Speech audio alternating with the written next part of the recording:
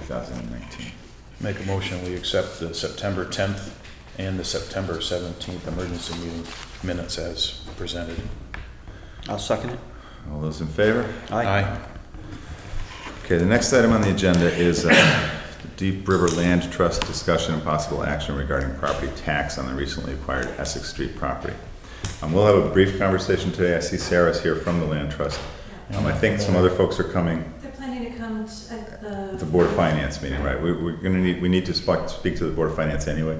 But since you're here, Sarah, if you want to address it, it's fine. I can speak a little bit to it now, and then we'll talk about it much more at length later. But I want Dwayne to have. I'm not familiar with what's going on. Well, that's what. Yeah. I'll fill you in right now, and we'll talk about it. I'm going to have to fill the Board of Finance in anyway. Yeah, I know the other members coming are more prepared to speak on it. Yeah. I believe the treasurer is coming, and she's the one who's done a lot of the paperwork.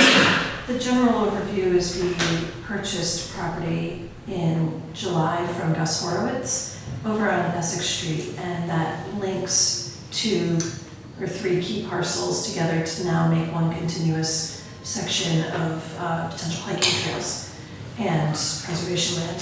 And it's right in the watershed, as most of the town is. And I think the way the purchase lined up against when the taxes came due, there was some crossover. We're a nonprofit, we're buying it from someone who had been paying taxes on it. And so in keeping with common practice with other land trusts and other towns in Connecticut, we're asking to be relieved of that portion from our purchase. Yeah, I think that's pretty good. That's a pretty good summary. I think in the research that I've done over the past week or so since we met at your meeting, oftentimes this is abated or the land trust is relieved of the tax. But not all the time, and this is the situation on this one, is that, and in the discussion with a few different towns, is, this is the kind of thing that can be arranged for prior to the closing. These are taxes that were owed by the sellers of the property. But because of the timing, as Sarah explained, it needs to be paid either at the closing or by the buyer, because the bill doesn't go out until end of July, and then again in January for those taxes. I've got some concerns. It's money that's not a great sum of money, but it is money that's in our budget as expected revenue, and it is something that could have been prepared for if the land trust and the sellers and all of the different entities that were advising the land trust on this could have all spoken about it. I think the state of Connecticut, they're the ones writing the yep, grant that's right. for the property. That's right. All that said, it's a tremendous acquisition for the land trust. It's going to really connect the Pratt Cove. It connects Pratt Cove. We already held the Smythe property with the viewing platform that looks out over the Osprey Nest, and the Florence Biddle property on Rattling Valley that cuts up toward Essex Street, kind of over the ridge. And this was 2 parcels, one of them now comes over the rest of the ridge, back down to Essex Street and links into the Conservancy land that's there. That's the trail that cuts through from Essex Street Bridge over to the top of the driveways where the ladies live and us.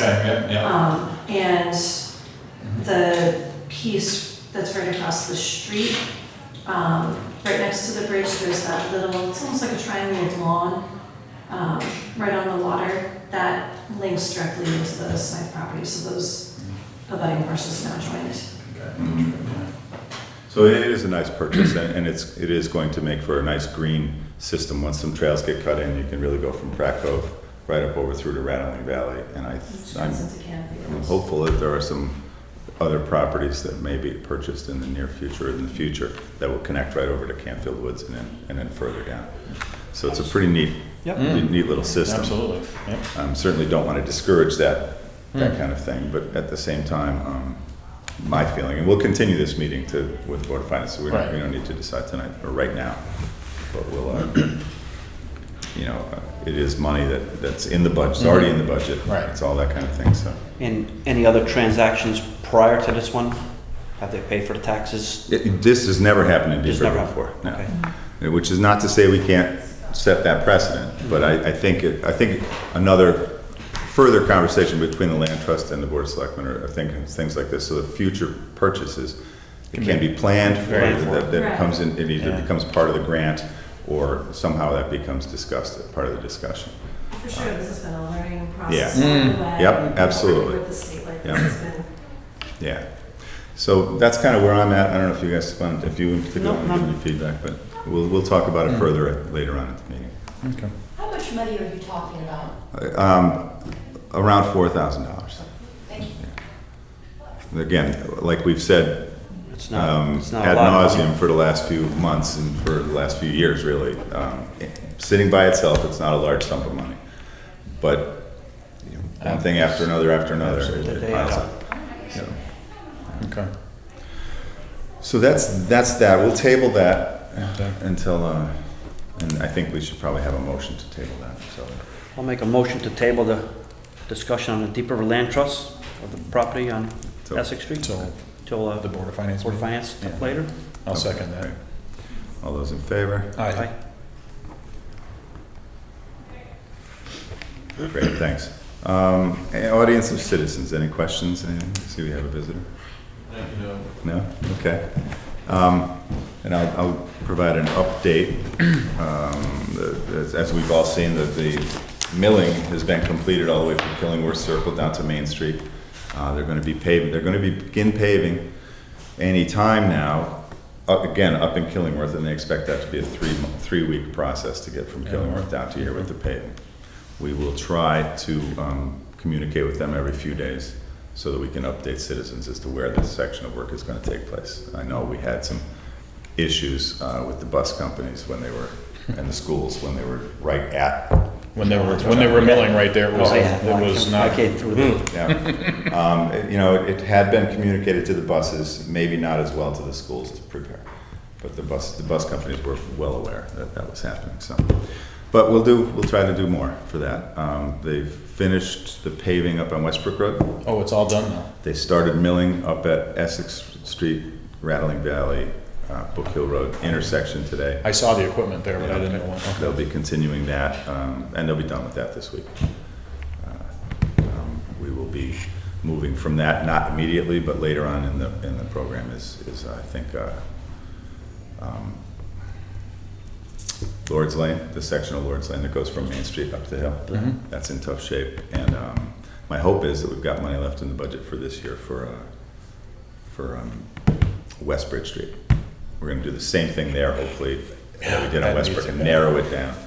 Yeah. Try to slow traffic down a little bit, narrowing it down to the 26 feet. Mhm. And go around there. Have we received all of our road Yeah. grant money? Yep.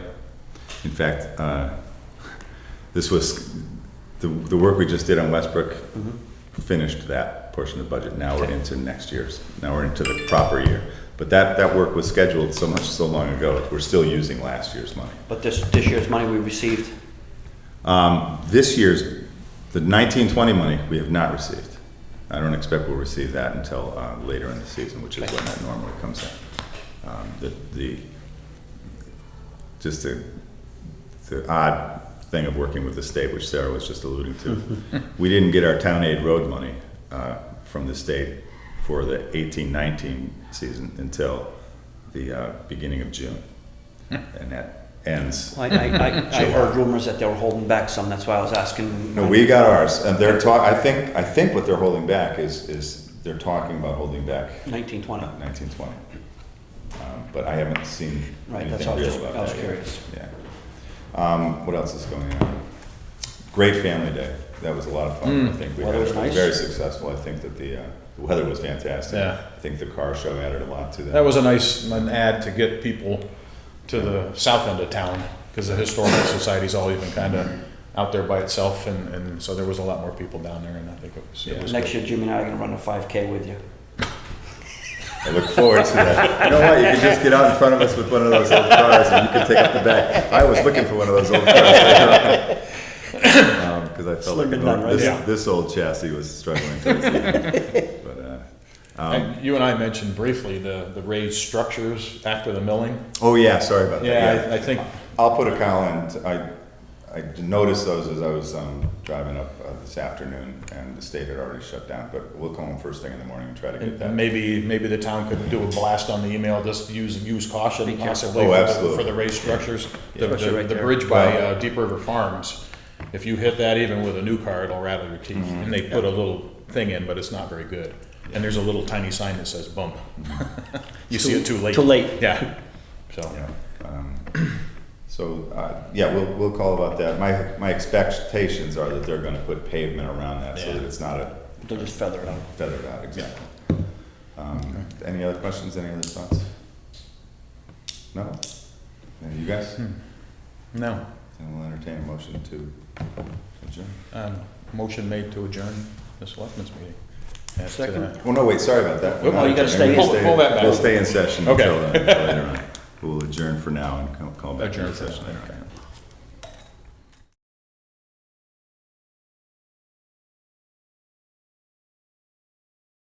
on. Welcome to, this is Thursday, September the Tuesday. 20th. Tuesday! Don't Looking jump. at a memo. It is the 24th, this is the regular meeting of the Deep River Board of Finance. According to our agenda, the first item should be the approval of the July 23rd minutes.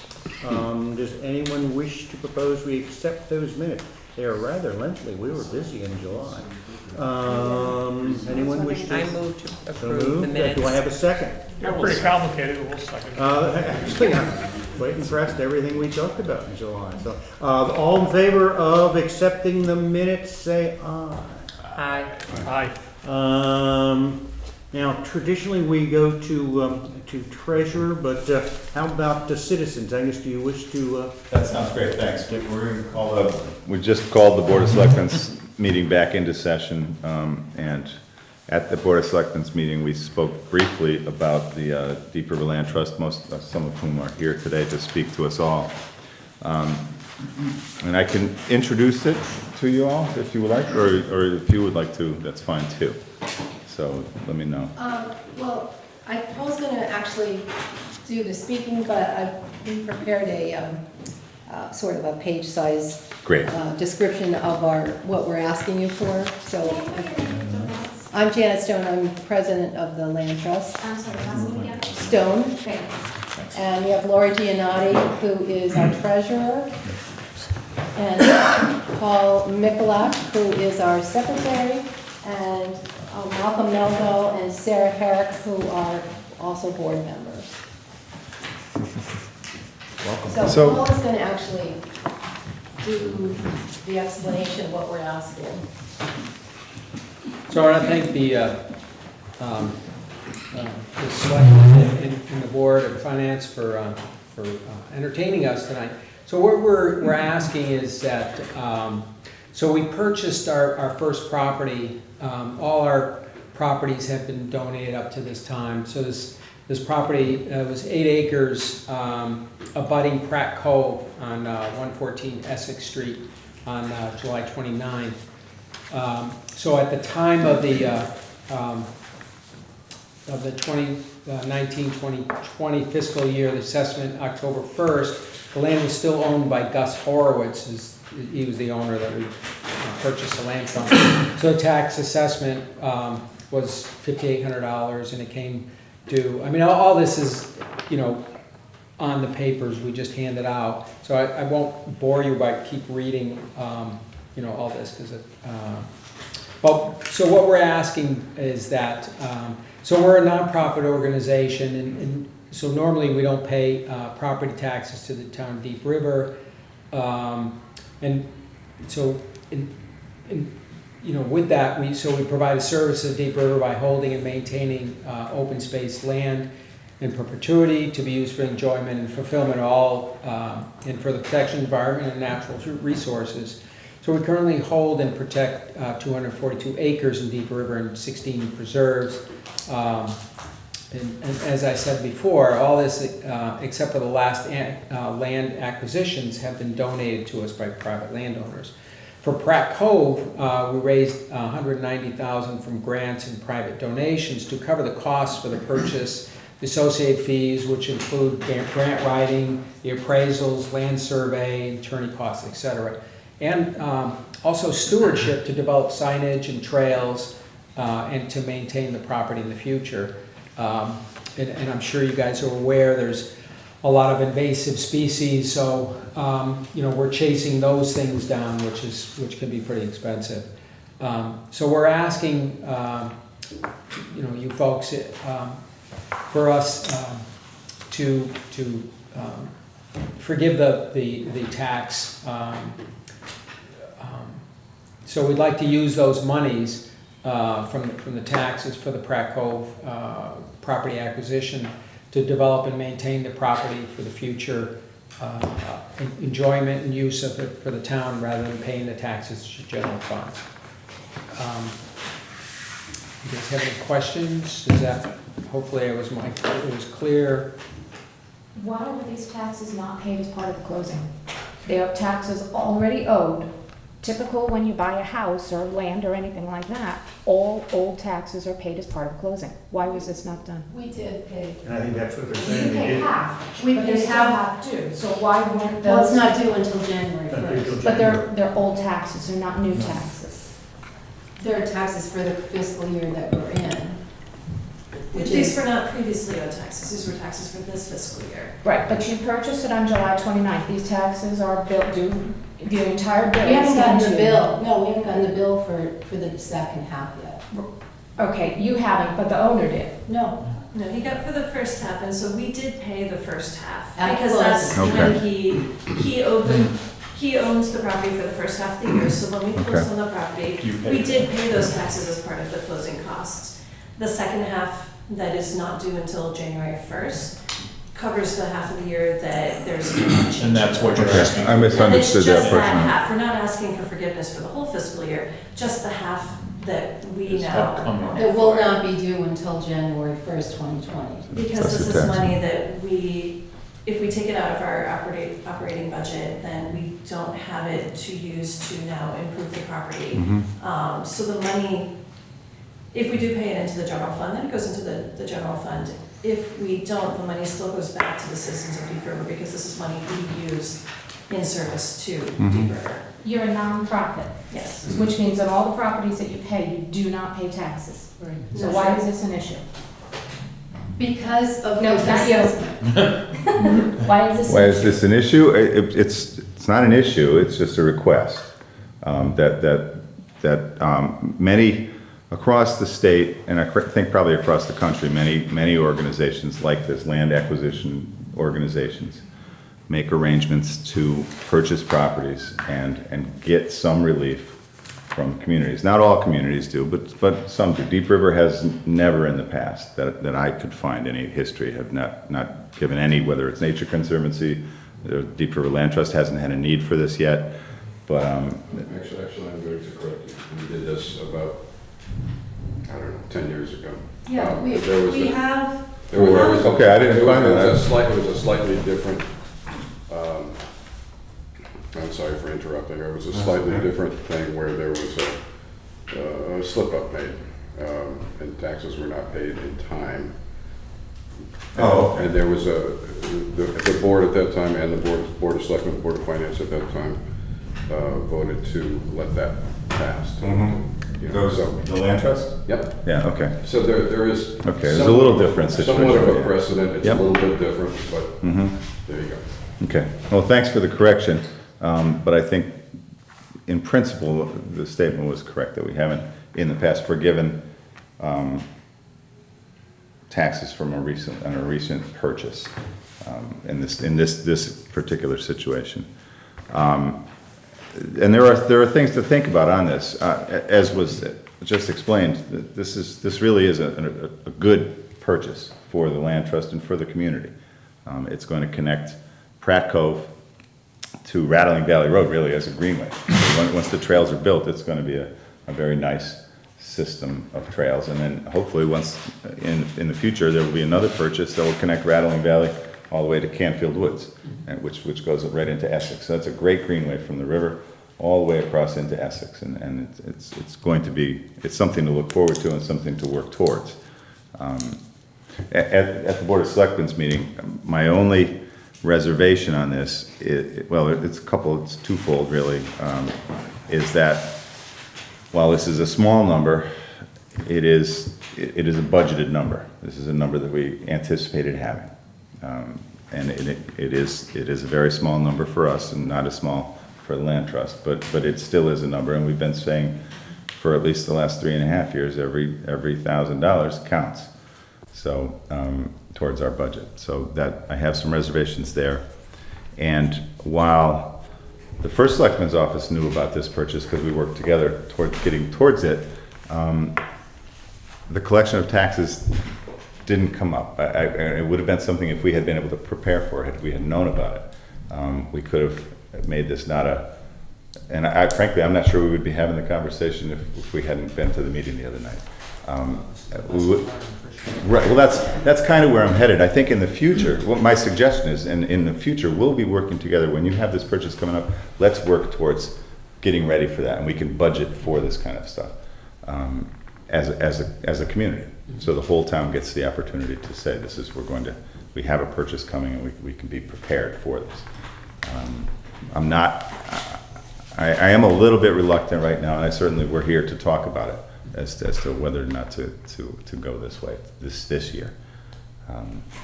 There is a process we have to go through. The Selectmen and the Board of Finance all have to agree to do this. So, based on the date of the purchase, it looks like on a pro rata basis too, that the prior owner would have been, on the hook for like about a month's worth of the taxes as well, 29 days. 29 Yeah. days. Right? Yeah. there you go. And did he pay those? No, we didn't ask him to because we were actually asking him to hold a mortgage on Yeah. most of the purchase price of the property because, well, we raised enough money to buy the whole thing and have $30,000 or so for other fees like lawyers and surveyors and appraisals and so on, and stewardship of the property. $104,000 of that purchase price of $160,000 is a state grant from DEEP.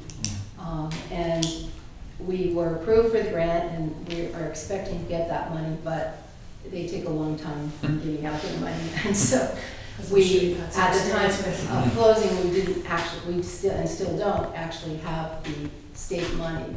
So he is currently holding a mortgage for $104,000 very graciously. And because he's not a rich man, he needs the money for his retirement. So that's why we didn't, it's only 29 days and we didn't want to make a big deal about that. But that is really the only amount of the tax that he should be responsible for.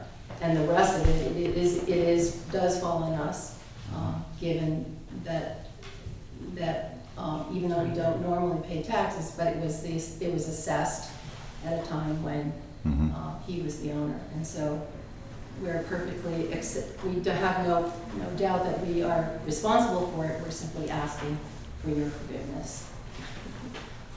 To forgive the bar, yeah. We're not forgiving you. We're grateful for what you're doing. I think these kind of purchases are an asset to the community. Right, and Open this space doesn't is a just big deal. happen, well, this was the first time we ever bought the property. We actually paid for a piece of property. We've got 15 others that were all given to us. And this happens pretty much every single time that we, even when we're just receiving the property, is that some either all or half the taxes we have to end up paying. And we really don't have a budget for that. We don't have a large endowment. We're not like some other land trusts who have a lot of money in the bank. We have very little money in the bank. So Well, we're going to work towards some of that too, raising some monies, right? So some of these purchases can be made a little quicker. And all that kind of thing. Can I ask you a question? I'm pretty sure I know the answer to this, but I want to make sure, and I want people who might be watching to know. Who can use the property once it's purchased and it's ready to go? Can someone come and take a walk on it? Oh yeah, all of our properties are fully open to the public. I mean, We don't have signs on all of them. We're working toward getting signs, but signs also cost money. So we're slowly developing trails on many of our properties and putting signage up and working on making brochures so people have a trail map and so on. So yes, all of our properties are open to the public. One of the properties is on Union Street. And so this year, the Warriors in the Valley program was really good in helping us establish landscaping. And then we had a professional trail builder design a trail for us, and the kids cut a trail in for us. So our vision is, especially for that Union Street property, it's right in town. We'd like to, make that like a real special place. We're having a lot of, great ideas of, Educational outreach, it's walking distance from the elementary school and the library. So there's a lot of potential there. And that's a property that's also easy to make accessible to families with strollers or folks who use walking aids, things like that. So that's something we have an eye toward, is really truly making the experience of having this green space available to all of our residents. To Lori's point, when you get a piece of property, it comes off the tax rolls because they are who they are. They now own that piece of property. Shouldn't it just automatic? I don't know how it happens, but it does come off when they take ownership. Why, now that they have ownership, why is that piece of property still on the tax rolls as far as money coming in? Right, I mean, for 29 days, yes. Right, oh yes, But- but from that date forward, that's why I was wondering, since they're now the owners, why would they be obligated to it because of the status that they have? I don't It know. may be something that would be addressed by properly Yeah, by I don't the know. assessor. Yeah, I That's don't know the I can't say that this is going to be 100% accurate, but it boils down to the fact that the ownership, all taxes are based on a date. That is Yeah, October okay. 1. And the ownership on October 1 was not the land trust, it was Mr. Horowitz. As a result, these taxes are owed this year. Okay. Now, I guess there's 29 days where, But the assessment is on October 1st, but the time frame that you're being assessed for doesn't begin until July 1st. And that's the problem, is that 8-month difference in time between Right. when the assessment is. And so Yep. when things change hands with that bit of time. In that period, time right. Space in between, that's what causes the problem. mhm. So I do wonder what policies other towns have in place, because it sounds like it is a relatively common practice in other towns to already have some infrastructure in place for this kind of ownership change mid-year.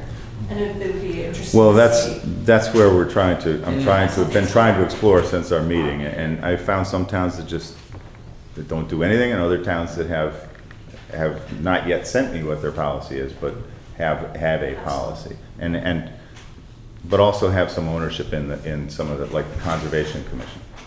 A lot of towns have a Conservation Commission that manages properties as well, and they're much more likely to have their policy directed towards that than towards a private land trust.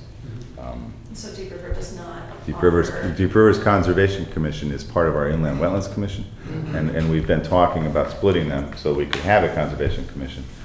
And there are plenty of positives to that. But there's also, I think we've got a pretty active land trust at the same time, so, we need to kind of balance that out, rather than have competing, groups looking for properties, and looking for grants, and looking for all this kind of stuff. We can work that together. So, Does Deep River have an open space plan? I know that's something a lot of when towns are looking at what they purchases, because they've got that. it's part of our plan of conservation and development. Is part of when a subdivision of properties come through, there's a certain percentage of that subdivision that needs to be contributed to open space. The most recent was the space up on Hoop Hill Road, and that open space property that was dedicated was contiguous to Cockaponset State Park. So that property is in the process of being contributed to the Cockaponset. So it's open space, but it's not managed by us, it's managed by the state. So yes, there is an open space policy. We certainly, I think we all would agree that these are great purchases. I think the question is really, do we start now without a policy in place? Or do we not start now, but work towards establishing a policy so that in the future we're prepared, so that we're ready to go? And that's really where I'm kind of sitting right now. But I'm open to anybody else's thoughts. So without the tax assessor here, or the tax person here, if I'm correct, the date we're really looking at is not July 29th, it's October 1st. Of the previous year. You know, Of so 2018. the whole taxes were owed as of October 2nd, theoretically. Well, they hadn't sent the bills Oh, out. No, Right. yes, that is correct. Yes. That is correct. It hadn't been billed yet. Even But it though was you, assessed at- say you took ownership on June 30th, theoretically, you would still owe all the taxes. Oh, yeah, absolutely. The same thing happened with the school. Even though you own the property. Yes. The school purchase up on Kelsey Hill. The school had to pay the taxes for that year. You know, the same as this. The taxes were considerably higher. I don't think we want to bring that stuff. I'm just using that as an example. That is an example. Now, we are still negotiating and hopeful that we're going to continue to get us a payment in lieu of taxes for that property until the school starts using it. But that's not what we're talking about here. You guys will not be paying any taxes on this as you move forward. Can I just add one tidbit? So as the treasurer, this amount of money, the 2,905, whatever it is we've spent to date for this whole year. We've spent, if you don't think about the money we raised for the property, we've only spent a little over $3,000. And that's typical. I'm losing my voice, sorry. But our operating budget for the year is like less than $5,000. So Right, just so to give you a this is a big- sense of how Yep. much of an impact This is a big has chunk on for the you. small. Whenever we do stuff, we raise money to. And do it, any so. improvement is all volunteer. Right. Now, I don't have a problem with the Board of Finance member saying, you know, fine, you know, we'll waive this 2911 and everything else. My concern is any precedent that's being set in another case down the road. Yeah, me too. That's why I lean towards establishing a this is my policy. So this concern. for open space purchases made by conservation groups similar to Land Trust or Nature Conservancy or anything like that. And I think, frankly, this is this is the first experience with the purchase of a property. So, you know, the Nature Conservancy would have already have this all in place and probably would have closed and paid the taxes at the closing. And we could work towards that. But let me just say, doesn't matter that we bought this property. We've had to pay taxes almost every time that we've received any property Right, information. that's right, yep. So part of the policy isn't just for a purchase. Purchase, yep. but Well, there you go. rather That once we own it, we're forgiven of taxes. Yeah, that's Yeah. a good reminder, because that's right, taxes, whether it's purchased or donated, those taxes are still owed. Yeah. So, The other problem with absolute deadlines is that there's often a lot of tentativity and changes of mind that surround these purchases. Oh, yeah. So you can't really pledge the year ahead that we can make up, or we will need this forgiveness, you know. no, but with a policy in place, we don't necessarily have to. Exactly, that's what Yeah. And this is a policy-making opportunity, or at least contemplating it. Well, I don't think there's any question the Board of Selectmen will work towards establishing a policy, and we'll work with the Board of Finance once we get that. The question at hand is whether we forgive this $2,900 or not. And we don't need to know this tonight. January. So Yeah, we have 90 days Yeah. really to get this Yeah. together Yeah. before due date. I think mechanistically, you need to look into Well, why don't how we to do that? properly, When we table how this to properly and do a work waiver towards it. too, Yeah. right? Because, you know, if you're gonna do a waiver of taxes, you may have to. I personally don't have any problem with the waiver. We just have to, as a town, have to know how to do it. Correct. Well, Yeah, you might have the situation and There you have to is send it to- a process. Yeah, it No, has there to is be a done. process. That's Yeah. got the Board of Selectmen, the Board of Finance. town meeting. Right, yep, All of that has to take yep, place exactly. for us to forgive And taxes. the board has to know, the Board of Finance has to know that a purchase is coming up, so we can make an adjustment for that in the budget. Well, again- We're not counting on those property taxes. That's right. Being part of the budget. Yep, If they can. and that really is the big stumbling block for me, is that this is budgeted money that the town voted to budget, and, you know, we'll have to go through, if we go forward, the town will vote to forgive this, not just us. Yeah, this was a Or good not. learning experience for us, being our first. For all of purchase, us. so now Right. that we know that Migration going forward, we can go payment. back to For our the land trust. For all of us it is, and I think to Russ's point, if I'm understanding it properly, we don't have to decide tonight, we've got time to have a further conversation, and I'd like to suggest that that's what we do. And presumably, this is the only purchase that you're making this year, so we have that much Well, time to set a policy in somebody place. might Huh? Someone could donate, Oh, we'd still be true, in then the you- same, okay. but we don't know of anybody. We don't have If I win the Powerball, we're gonna have a great greenway going right Nobody through. in our- Right. And if you need some help with research of anything, you should let us know. No, absolutely, this meeting that I went to was very informative to me at your meeting, and I think we'll continue that dialogue, because there are things we can work cooperatively towards, and establishing this policy is one that I would hope that we would work together on. Well, thank you so much. Thank you very much for your time. Thank you. Thank you. I need this last one. Thanks. Good night now. See you. Good night. Take care. Thank you. Nice to meet you.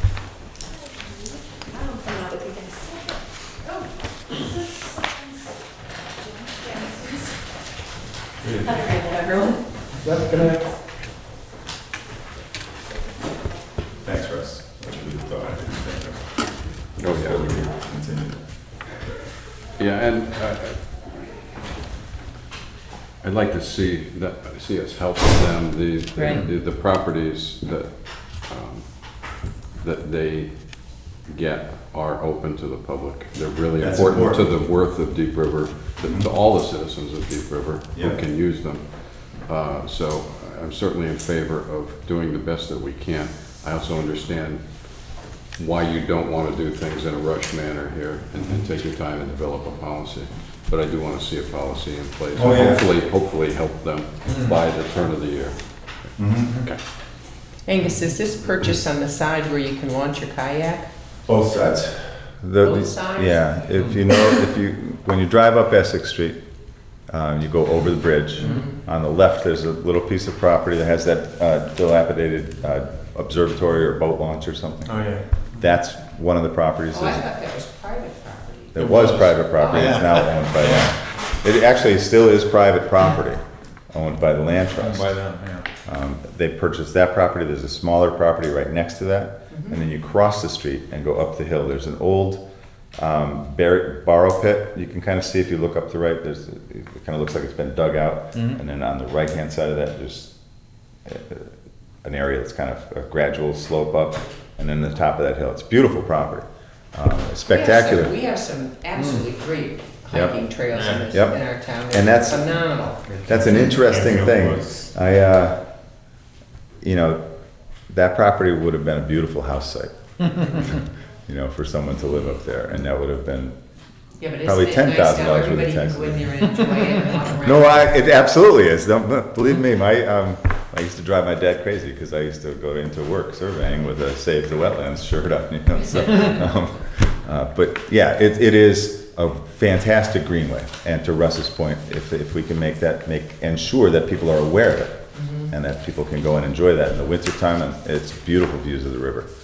And I think it's a very nice meditative place to sit and look at Pratt Cove, sitting in that little spot on the left of the road. It's a beautiful spot. And I should have said this while they were here, we just made arrangements, Eversource is donating a mighty white oak tree to the town of Deep River. Wow. And they just dug a hole there, that's a great spot in that spot to put a big oak tree right there. So, yeah. Oh, that's cool. Wow. So it's all good stuff, I just want the tax money that we budgeted for. Is everyone okay with that? With what? With not giving them the waiver they're looking for and waiting to see how it fits into a policy? Yeah, I think we need Yeah. to figure out mechanistically exactly what we need to do it properly, and it warrants waiting. All makes sense to me. We'll work towards that.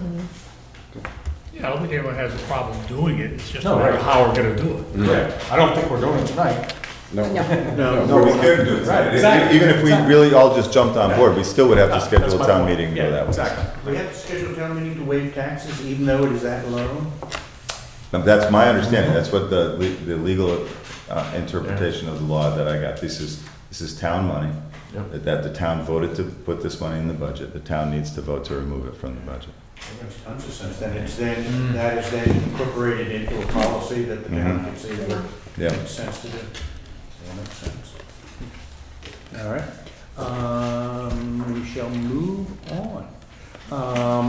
Let's see. See, I was already saying, Tommy, you wish to chat with us? Sure. Hopefully everyone has your deposit report.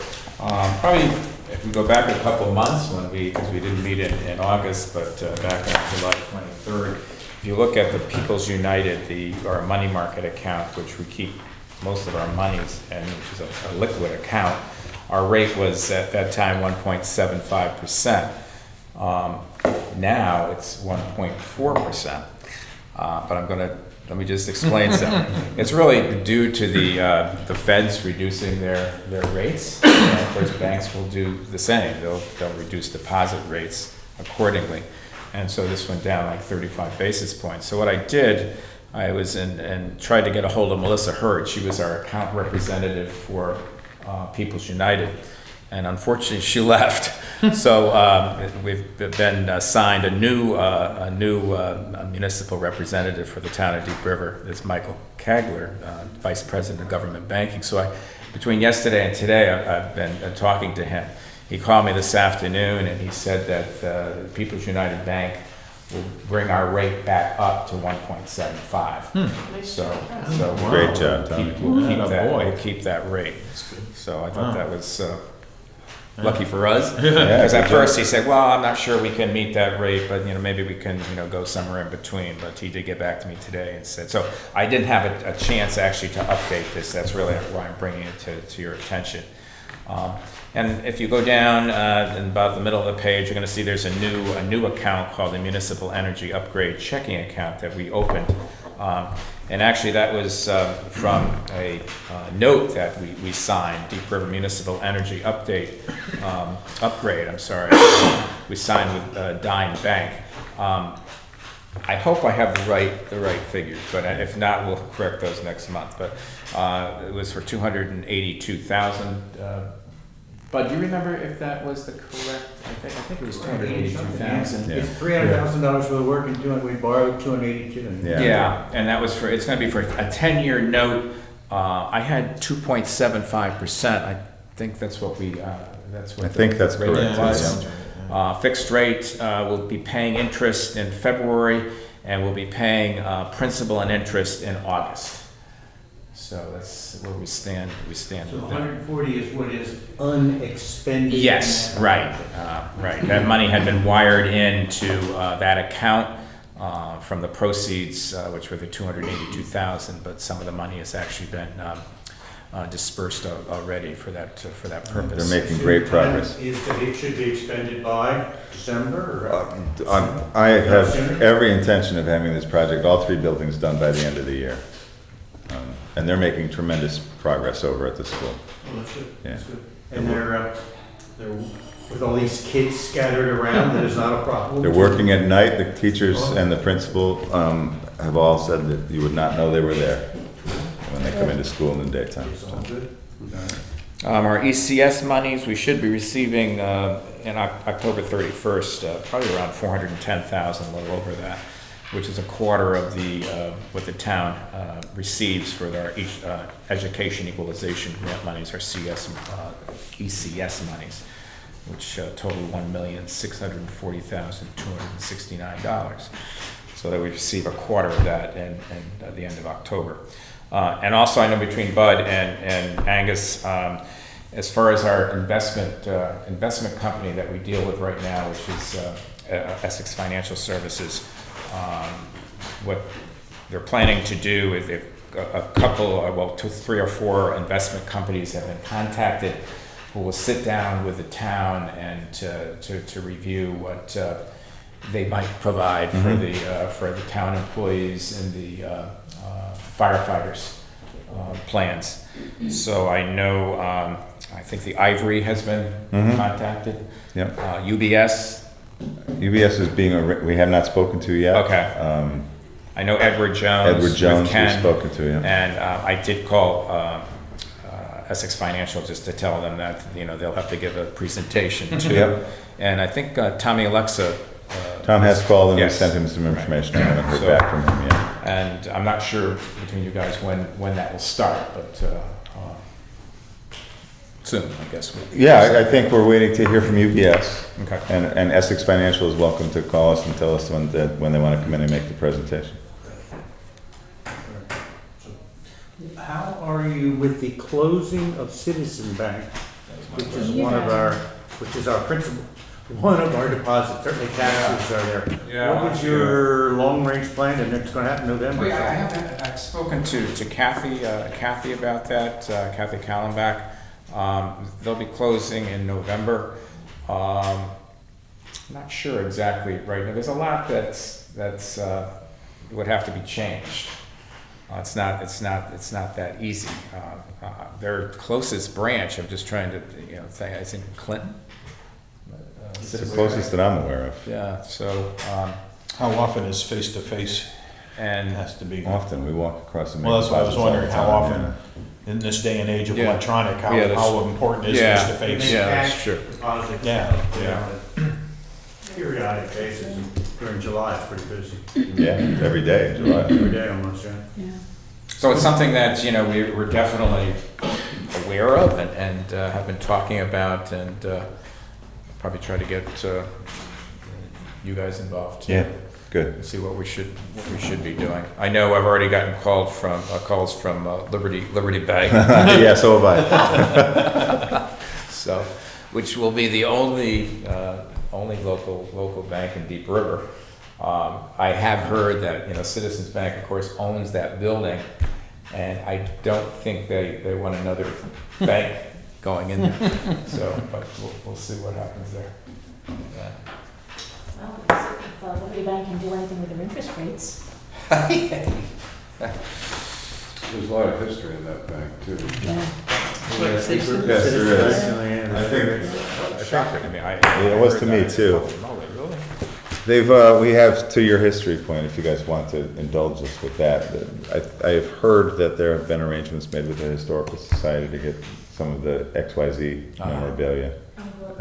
And I think some of the old photographs of Deep River as well. But we're trying to, you know, stay in touch about that, because that's stuff that shouldn't leave the town. Yeah, it's the old Deep River Savings I'm Bank. sure they're concerned about it too, to be honest.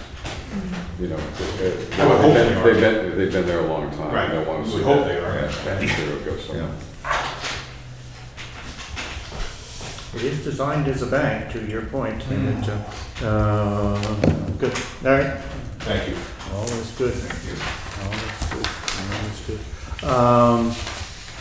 Agnes, do you want to go to, recommendations of selection? Sure. And we'll go from, in that, we'll do the memorandum for the, moving of some money, you know, settling up and doing the, transfers that we might need to do to balance our budget and that kind of, not balance, but to settle it out. But before we get into that, just a quick update.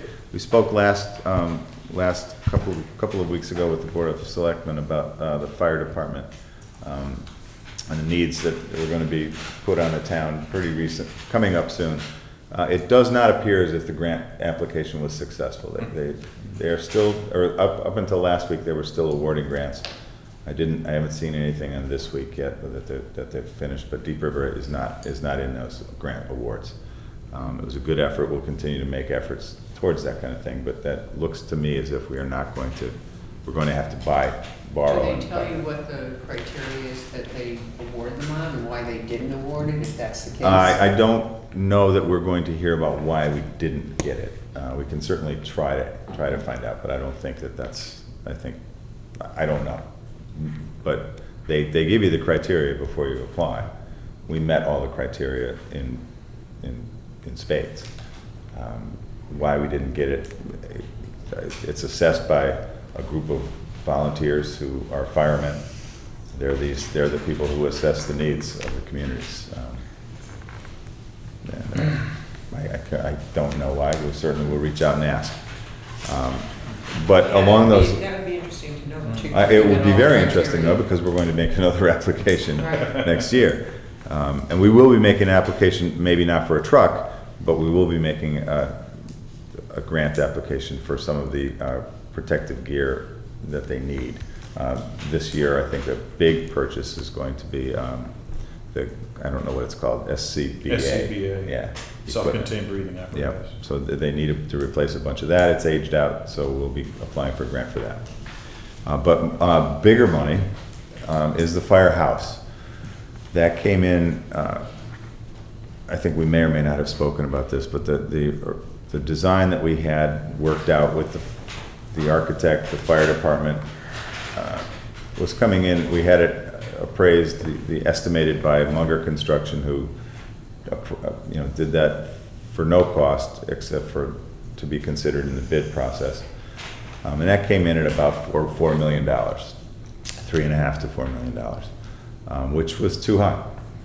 So we went back to Munger and to the architect and said, what can we do for $3 million? That's really is kind of the line that we looked at. And I don't have printed out photographs yet, but they have come back and suggested a metal building is not a metal building anymore. They can make those look very attractive, and they did send some photographs of metal buildings, and they cut the cost down to about $250 a square foot at the high end, and that brings us in at about $2.5 million. And if we throw engineering and other costs into that, we get to that $3 million cost. So if we can get past the idea that a metal building is an ugly, lousy building, and understand that it is an economical building, and it is a building that's going to last for 50 years and will be an attractive building, we can build the firehouse that we need for the money that we've kind of said we think we can get approved. There's So, nothing wrong with a metal building.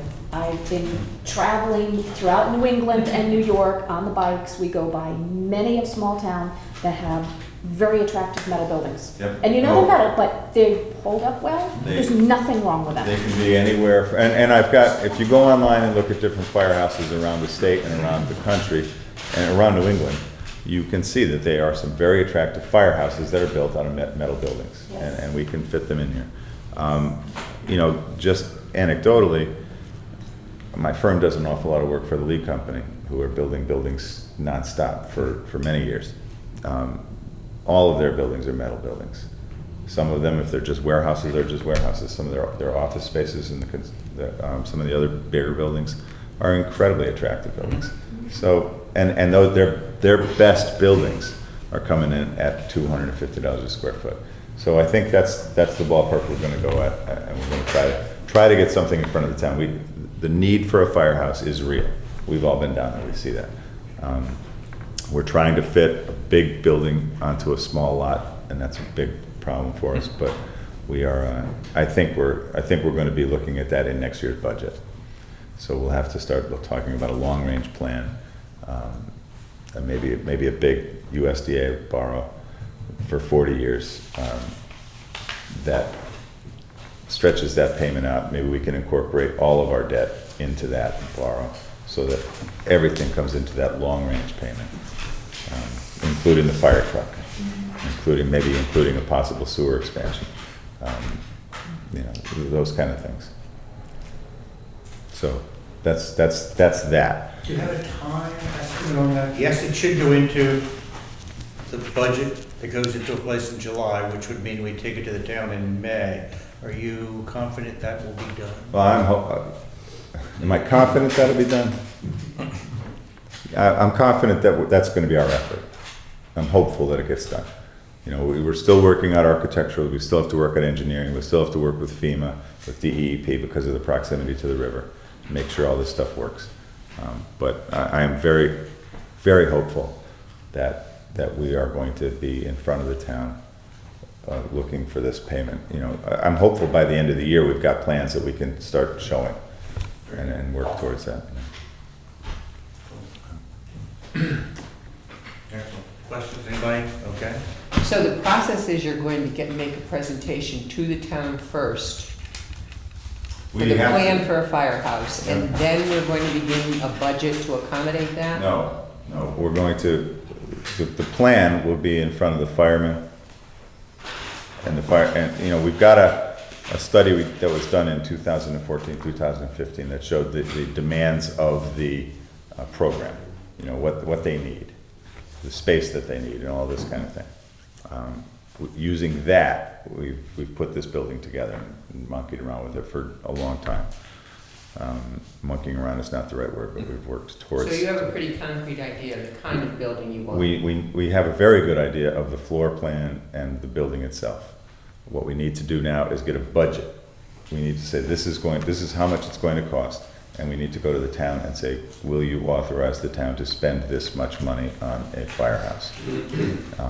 Once they do that, we can work towards, you know, part of that cost will include engineering, all of the things that go into building that firehouse, including the cost of the borrow.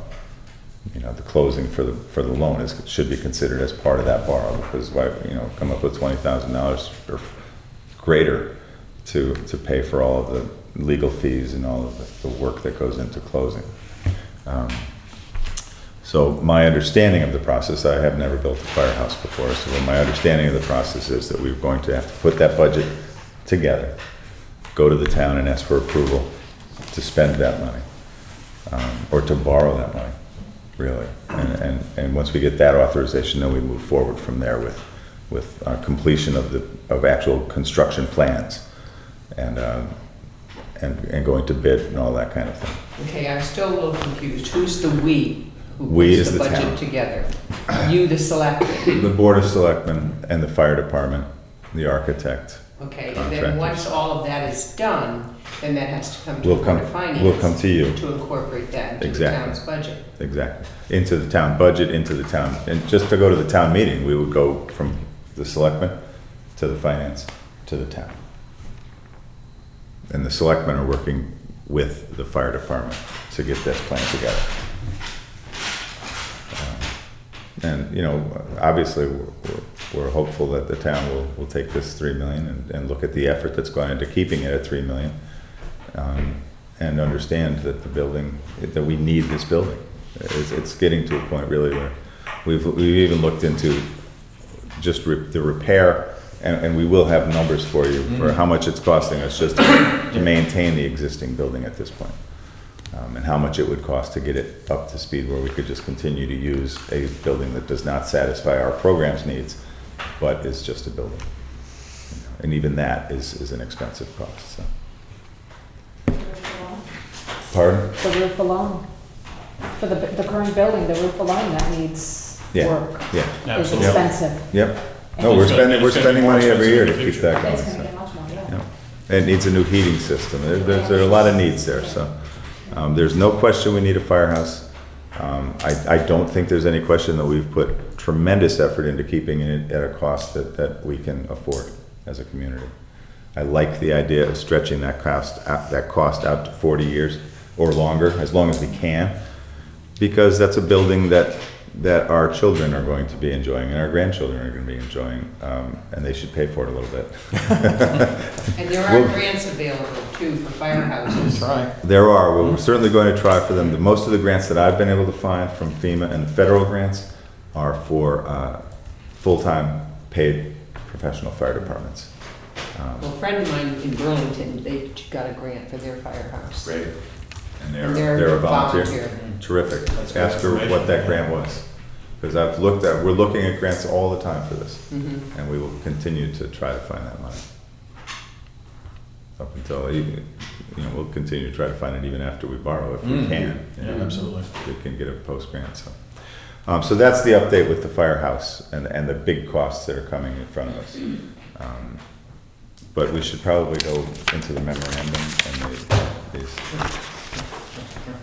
And we should start that We should start that with saying that if each one of you has, is that true? Each one of you has the budget which ends September, or June 30th. Is that correct? We gave that to everyone? It was emailed to everyone. It was emailed to everyone, okay? She actually sent 2 sets out. There's 2. You will have the one that reflects the fact that we ended last year's budget in June, and there's one that goes through September. Okay? Let's deal with the one that ended in June, okay? And we can go through that individually if you'd like. We might think about that. But what you have in front of you called the memorandum are those numbers. And I find the titles a tad confusing, but we will easily manage to get through that. There are, at the top of the left-hand side, you will see town of over expenditures. There were, and we were aware, during the year, we overspent several line items. This would capture those numbers, that 25,753. The next grouping is over expenditures with, this one I find awkward, with offsetting revenues. Okay, we'll deal with that in a moment. So when you see there is what, 1, 2, 3, 4 of those. Over expenditures equals $165,723.98. Over expenditures by department. The over expenditures for 165 is the over expenditures with offsetting. Oh, I got it. Plus the 25. So the total over expenditure is 191,477.05. Cool. All right. So there's over expenditures. We then have revenues that we budgeted that we did not collect as much as we budgeted. Okay, that number, we go through each one if you'd like, is $546,362.49.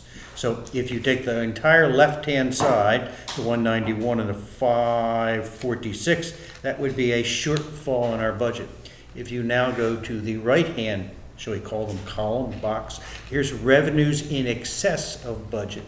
That would indicate that we have collected revenues in excess of our budget of $827,965. Right? Now, all right. Did we put that $525,000 borrowing in our budget? We did. Thank you. That's why. Thank you. That's the one that gets both Angus and I a bit confused. Yes, we put it in our budget. Oh, we never borrowed it. We never borrowed it. But we did not make the borrow. That's right. So what this document will eventually do is take all the shortfalls and all the revenues in excess and net them together. So it's a source and use. Took me a long while to get comfortable with that, but I think we will be okay. It's revenues that we did not receive, which is exactly what it says at the bottom. If you then turn the page, you will see a list of, at a grand level, you will see a list of all of the line items, again at the grand level, not the detail. And you will see there that we did not spend $531,913.18. We can go through each one if you'd like. And maybe we need to. That is in our budget, we did not spend it. So there is a excess funds in there. And the school did not spend, elementary school did not spend $78,979.38. Let's take this in pieces. You will see red in the first block there. And while it says here, at the moment, the highway department was underspent by 241. There we sent Angus out, remember at the town meeting, giving him extra authority to spend dollars in that budget. Those dollars have yet to actually come in. So while the budget doesn't reflect it, it is encumbered. There's an addition of the 241 left, there's 213 that will be spent. Yeah, that was actually, the check was written today. I did. this is an evolving document. Takes me, some of these numbers take me a little by surprise, but that is all right. The end result will be good. The same is true with government capital. You will see that we underspent capital of 138.75. Some of that is encumbered, 72,546.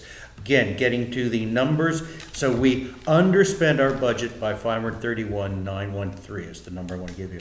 School underspent by $78,979.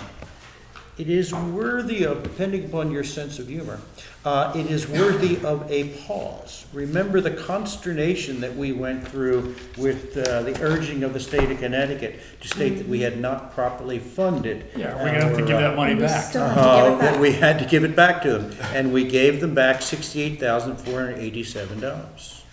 They are now giving us back $78,979. Who says this isn't gonna happen again next year? They're gonna say you don't have a right to take the money back. Now, where is that 68? Is that 68 included in that 78? Yes. It is, okay. I'm gonna give you a yes, because that was the way I set it up, and that's what you're asking me. Yes. We sent it to them.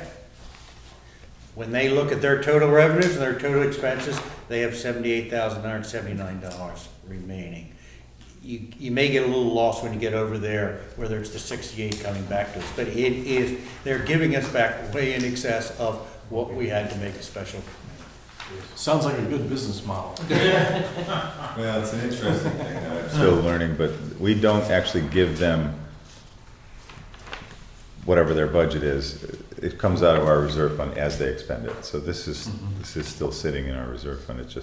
It now will be ours instead of theirs. Yeah, designated. That's correct. When they incur bills, we actually pay, they send checks out and it comes out of our cash here. So while we told them they had a budget of 68,000 more, they did not spend it. So you get to the same spot. So that leaves $610,892 of dollars that were in our budget that we did not spend. All right? Now, with all that, I wish to get to a punchline. If you look at the punchline, I believe it has green on the punchline. I think I have extra pages. That says you should recognize all those numbers that above. We can go through them if you'd like again. That suggests that the surplus from that for budget year ending June 30 is $701. I'm not going out more. $701,000. So, and we've chatted about this, I believe, in June. That is good. We should celebrate. We have a surplus. I encourage us to think about pausing for a moment and say that's in excess of $1 million. But if you would like to, we did it in June. If you would like to, we can go through the budget. If you remember, the state of Connecticut gave us substantial amount of more money for education. If you look at the... If you go to that first page, don't even go there yet. Stay here if you don't mind, but I'm sorry to do that. But go back to that first page, the revenues in excess of budget. If you look at the first 4 lines, are taxes that came in came in greater than what we budgeted for. Now remember, we budget for 98% collection. We've gotten, if you add these up quickly, we've gotten over $120,000 in taxes over what we budgeted for. Then you go down a little further to building permits. There's $54,000 worth of funds that came in because of building permits that we didn't budget for. And we budget we try to be pretty tight. We didn't anticipate that we were going to do that much building in this town. Conveyance tax is another 40. Big, Tommy did such a great job with his short-term investments. We're at almost $42,000 there that we didn't anticipate because who knew the interest rates were going to go up like they did. Education equalization at ECS money, there's almost $200,000. So we're looking at, and then the police offsets itself, so that's a difficult one to go through. But we're looking at almost $350,000 that we had no way of guessing that we were going to get. Could have easily gone the other way. It could have easily gone the other way. Or go the other way in the future. And it may. So if we pull that out of this number, I think we're right where we, maybe a little higher than what we had hoped for, but I think we're close to what we had planned on, which is having some money left over that we can contribute towards our reserve funds and things like that, that we've been working very hard to get to. While we still are short, we're in much better shape than we were. So this number in the end has knocked me over. But if you break it apart, I think that it was still a pretty well-planned budget, considering the question marks that we had going into it. And you got to give credit where credit's due. Like I said with Tom and the interest, and Kate with the collection of taxes. I mean, that's a tremendous amount of money right there.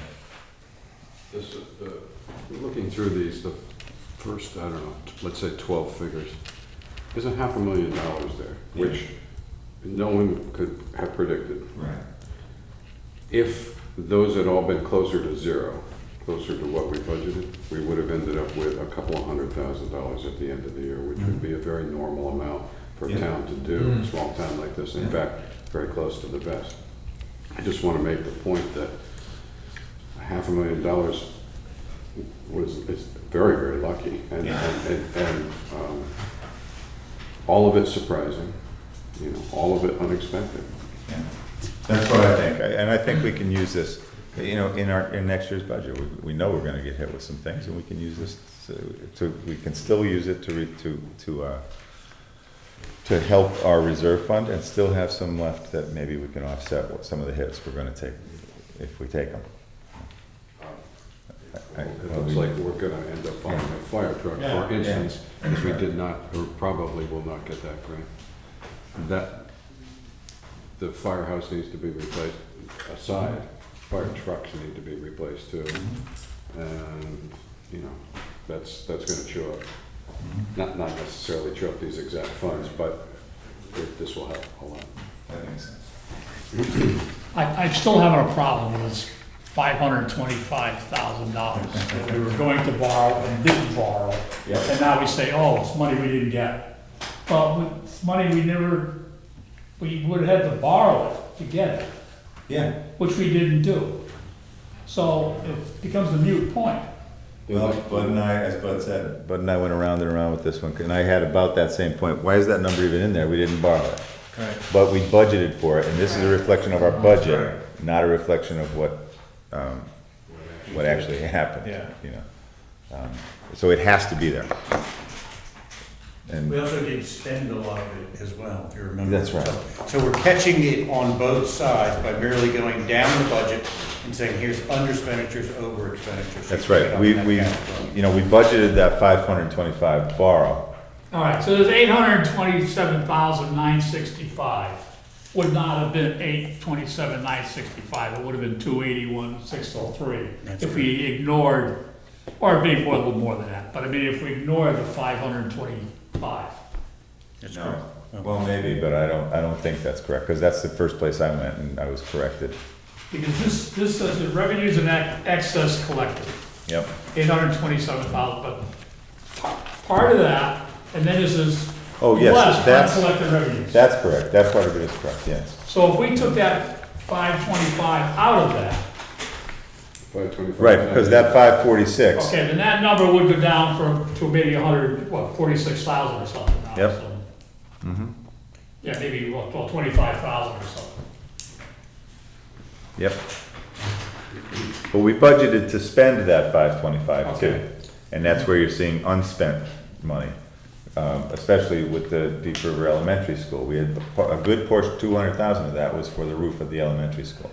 And we did work on the elementary school roof, but not all To of that it. extent. Right, I think we spent 70,000 on it. Same with the trucks. The same with the budgeted, trucks. We didn't We spend budgeted much. 325, we spent closer to 225 or 250.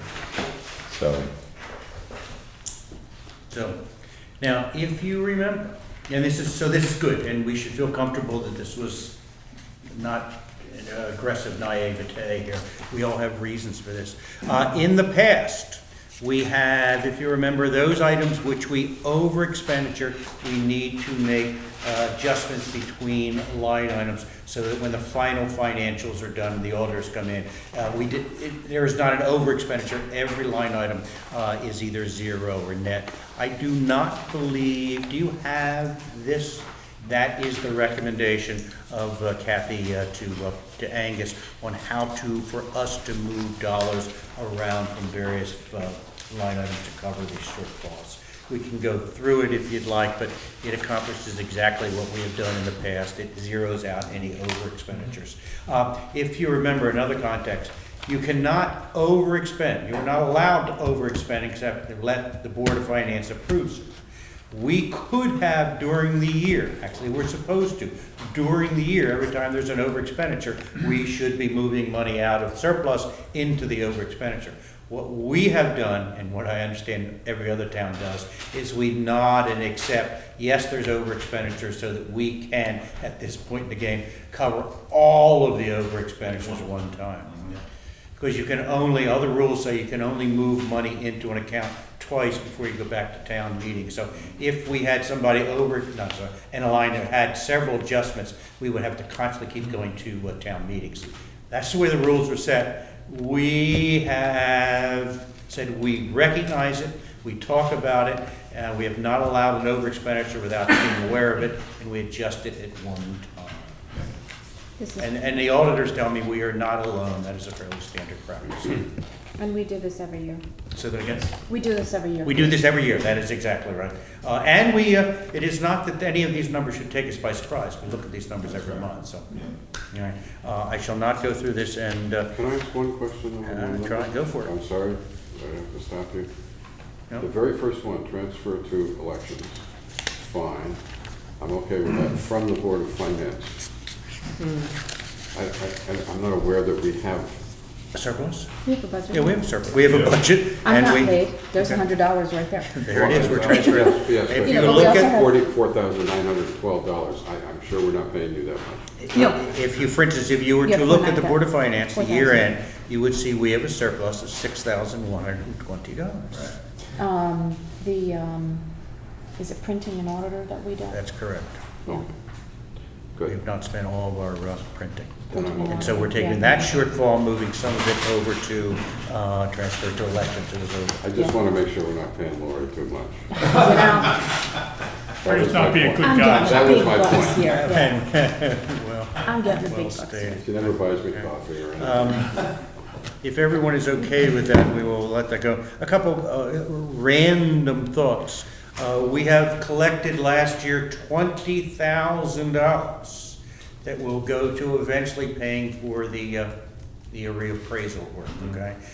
That 701 includes that $20,000. Okay. So if we were now going to start reducing those numbers, it would be 680 or something like that. I am trying to get Kathy to talk with the auditors to set up an asset on the balance sheet that recognizes we have pre-funded some of that. We'll do the same this year, but it is in that number. Haven't we done that twice? This is our second year. Yeah. We're about This to is enter the into second year second now. year, so we will have that same discussion next year. Yeah, we have set aside at this point $45,000 towards what's estimated to be a $100,000 bill. So So it is in there, so in case our successors come in, we need to leave them a sticky note that we have spent some of that money already, so. Another one of interest, if you remember, following the discussion of the fire truck, Angus was able to secure the work of a grant writer who kindly said he would not accept payment unless we received The grant. grant. Following Angus's lead, it does not look like that is happening. So he has received nothing. That will go into the surplus. There's a bit of me that's a tad uncomfortable with that, but. No, me too. Yeah. Very generous offer, man. I'll bet he'll never do that again. No, he's already said he won't do it again.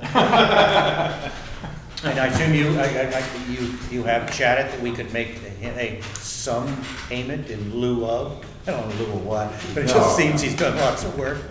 He has done a lot of work for us in the past. He's been very successful in the past in most of our grant requests or attempts. This is a unique grant. It's nationwide.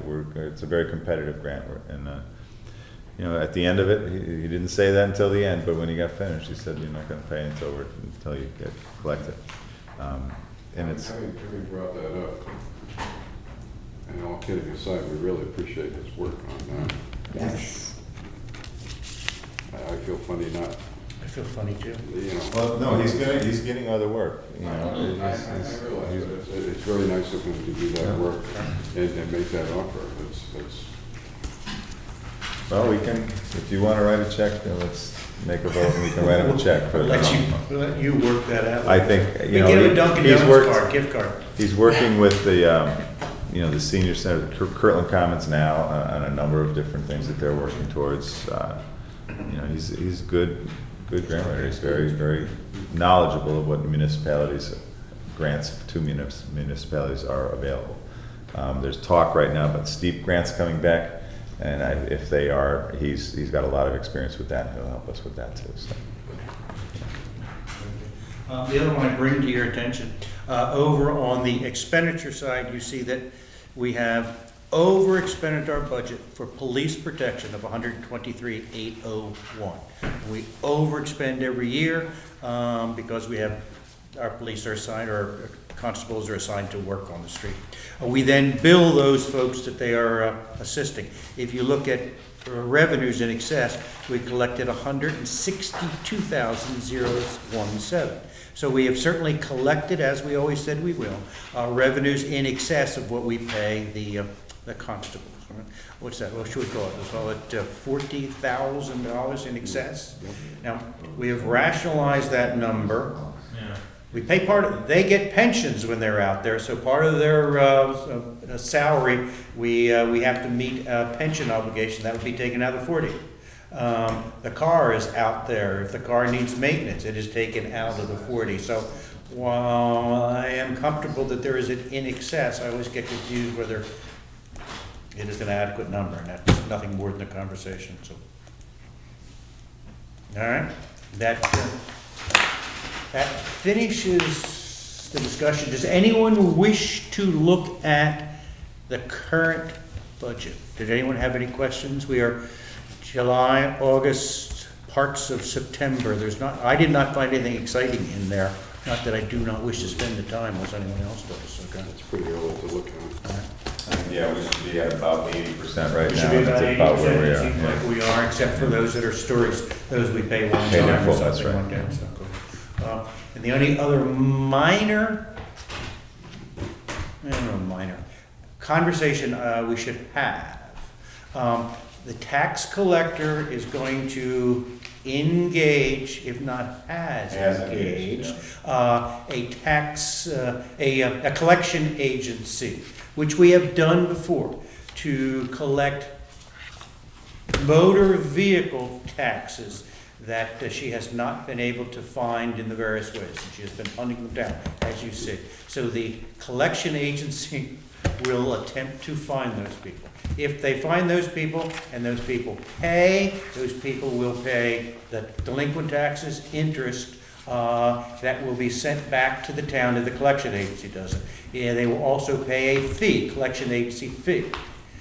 And that's the way we have done it in the past. So we have only received the delinquent taxes and the interest.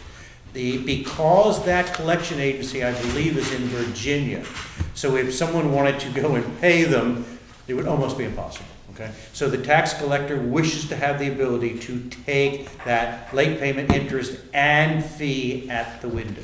If that is true, we will have to, the accountants will have to reflect the receipt of that fee, and then there will have to be a line item which does not exist to send that check out. We do not expect that number to be any more than $2,000 or $3,000. We do not anticipate that in the budget. We as a Board of Finance create line items, okay? So she has put it on hold So, and Angus and I have talked to the accountants about how it is to be done. A bit of a mystery, but I do not believe it is I do not believe it is so exciting that we need to talk about it in any great detail now or later, unless anyone would like to.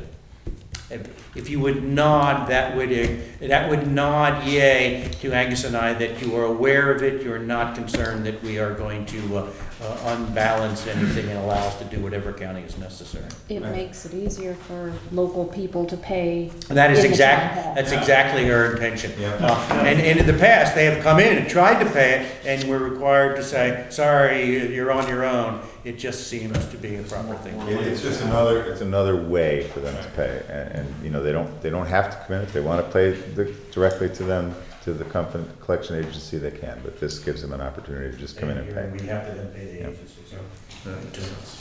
There's not a lot. I mean, most people will pay initially or be shaken up and come and pay it, which is what she does. But I assume that for some strange reason, I have received from time to time a call from a collector. I assume that others have too, so that is what will happen. So, tells you a little bit about me. Yeah, I haven't seen those ones. Although we're being sued by it. I do occasionally get into arguments with vendors, and they turn me over to a collection agency, and I stand strong. But, with that in mind, any other, I guess you have anything else you wish to bring up? Have we covered everything? No, I spoke it more than I should have, or well, I'd like to, so, but those are all. Oh, we need a motion to... We need a motion to make these. We have a motion to accept the recommendations of the account officer, account manager, to transfer the necessary funds to balance the last year's. If I did a quick figure correctly, it came to $191,477.05. And I'll recalculate that before, but I believe that was right. It's not total, I'm assuming. Okay, 191,477.05. Okay, good, thank you. Okay. I'll make a motion that we approve the line item transfers as stated. Do I have a second? Second. All in favor? Aye. Aye. Thank you. All right. With, do I have a hearing no objection? Should we adjourn? Do I hear a motion to adjourn? So moved? So Second. Those in favor, say aye. Aye.